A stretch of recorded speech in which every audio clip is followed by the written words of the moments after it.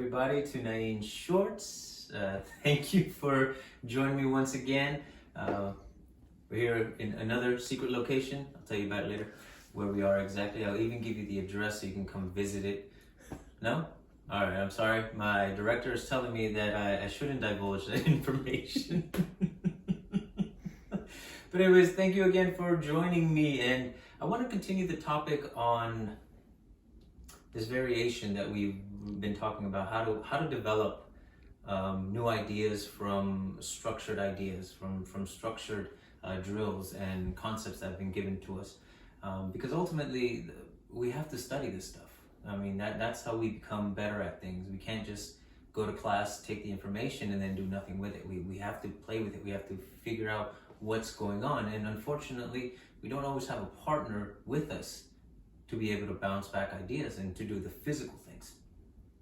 So I wanted to share with you today how in the Bladed Mind we get our students to start encroaching and really diving into our level 3, which is variation. How do you take one thing and change something, understand it well enough, work it, and then change something else? Because ultimately we want to be able to just on the fly do whatever it is we need to do in that moment. And if we're constantly trying to do something that is structured, that was given to us in a specific sequence, and we don't have the corresponding parts from the other person to do them, then they're not going to happen. It's highly improbable. So how do you then get, like we said in the last video, to go unscripted, unchoreographed, and just move and accomplish your goal? And we all have striking patterns, especially those who use sticks. People have sets of 12, people have 36. Whatever your striking pattern is, hopefully this information helps you look at them just a little bit different. For us, we use the clock system. It's very simplistic. 1 o'clock's always on your right side, it comes down. This would be then a broken strike as it comes back here, fluid strike all the way down. 11 o'clock's always on the left side, 5 o'clock down and up, and 7 o'clock down and up. And again, they're just the hands of the clock. They're the points where the numbers are, and very simple to remember. Now, we practice these, we get the details involved, that's level 2, and we learn to do them as fluidly as possible, keeping in mind that what we're trying to do is hit something. And typically when you're with an opponent, the first thing you want to take care of is their weapon hand. So any one of our strikes, say for example, if I give my partner an angle 1, well, now my partner has 4 different ways that he can attack this hand. Oh, Rick, would you mind? Sure. Hey everybody, it's me again. Hi Rick. Right. So I feed you. So if you give me an angle 1, I can meet your hand with my angle 1. Okay? Okay. Now, otherwise, go 11. I can give him a 5, I can 7. Because ultimately what I'm trying to do is I'm trying to stop this from hurting me. Because if I can stop the hand, this stick never touches me. But if I try to go for the stick, well, I'm not doing anything significant to him to actually stop this from harming me. And if he changes direction of the stick and I'm going for that, there, I get hurt. The hand's always going to be attached to the arm. That's never going to go anywhere. And if you understand that, then from any angle, I can hit it. Whether I have to step back or even come in. Because now I use the same angle 7, but I use the puño this time to actually stop that hand from hitting. No. Thank you very much, Rick, for that. Bye. So as a visual, that's the first steps that we give our students to understand the versatility of these attacks or these motions. Because eventually we realize that we don't walk around with sticks. We don't go around carrying these in our pockets or in our belts. So the likelihood of us having a Kali stick to use and try out all our fancy moves in a fight is very slim. But we can't just simply start going into empty hands, because there has to be a transition, there has to be an understanding, something more that gives you versatility other than a rounded weapon. That's why we are called the Bladed Mind, because even though we're swinging a stick, we use a blade orientation. Now, a blade has 5 pieces to it. Has the blade itself, the edge, has the tip, has the spine, the blunt side, and it has the 2 faces, and of course, the puño, the butt. Now, to give it another level, all these motions are now either slashes, they could be hit with the flat side, they could come up in the same direction, just in a reverse order, and hit with the spine. I can also, if my range is correctly, because eventually our feet do have to move, I can even strike with the puño. And it's still all just angle 1. Now, you noticed, I hit with the flat side here on this angle 1, but it's incredibly awkward. Now, we understand that there's a difference and it can be done, but it doesn't necessarily mean that it should be done. But knowing the difference will allow you to then have options, because there may come a time where it may be viable in that situation. But you can't practice every single possible scenario, every possible combination. And yet, we do ask our students to take all these angles of attack, this 1, 11, 5, 7, and create combinations from it. Danny has an entire curriculum, really, of every single possible combination, 3-hit combination.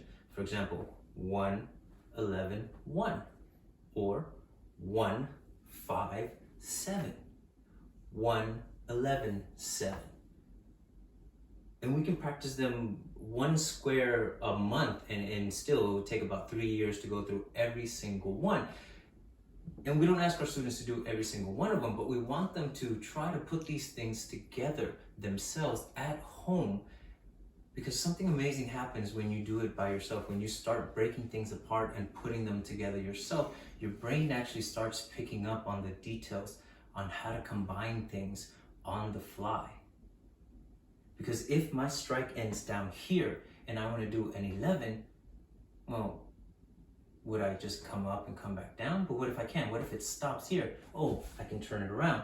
Oh, now my footwork gets involved, because in order for me to hit on this side, for whatever is stopping me, I have to move, do what we call a reverse, go from one side to the other, but my angles still stay the same.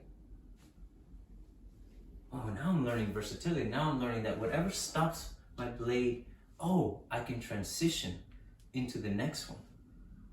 And the exploration allows you to learn not the combinations, but the transitions from one side to the other.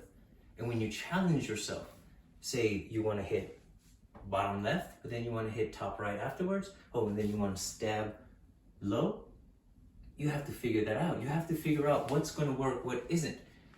And all the other ideas that you've been learning up to this point have to be applied. Ranging, timing. What part of the weapon are you going to use? Are you close enough to use that weapon? Do you have to step in a little further to do so? Can the first 2 strikes set you up for the third? Now on your own, you're discovering how to create things on the fly, because you're looking at the connecting points between them. You're not looking at the combination. And you're not going to come up with any combination that hasn't been seen before, that other systems or even your system hasn't already taught you. But it's the process of getting your brain to deconstruct everything and to put it back together that's going to help you be able to be spontaneous. Because then it's you discovering and not you being told what to do.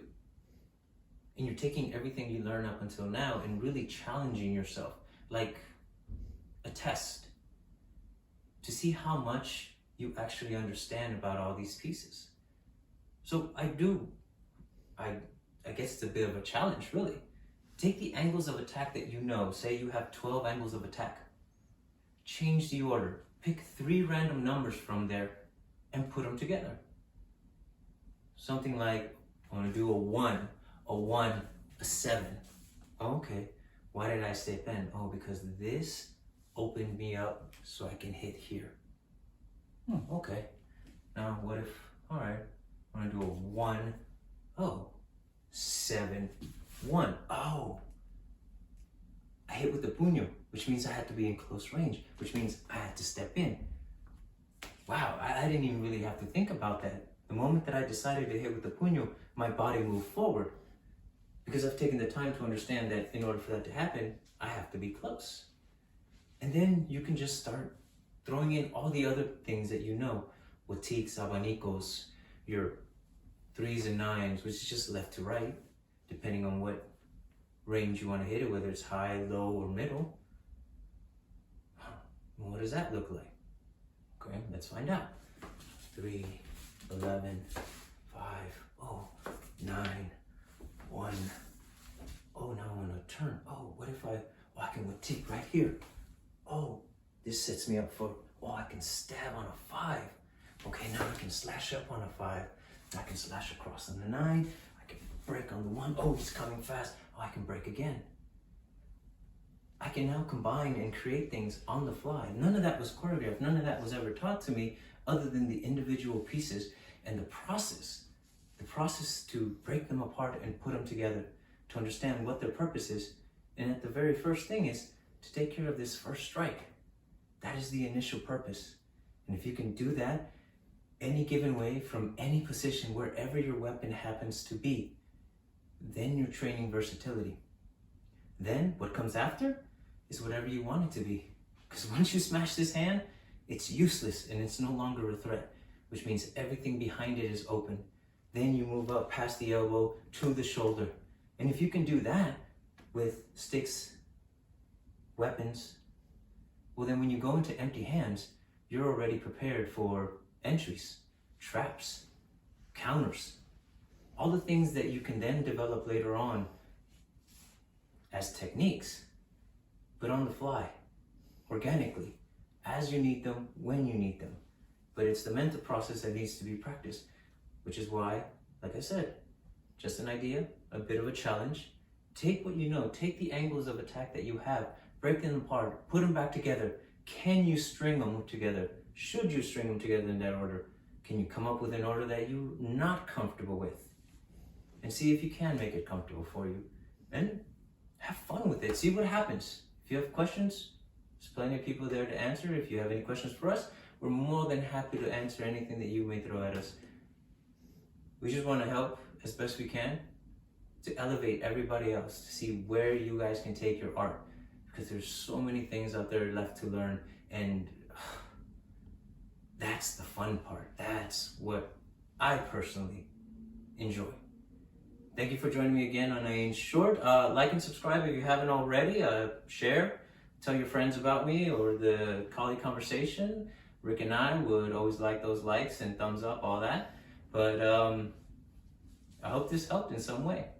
Thank you again. 3, 2, 1, cut!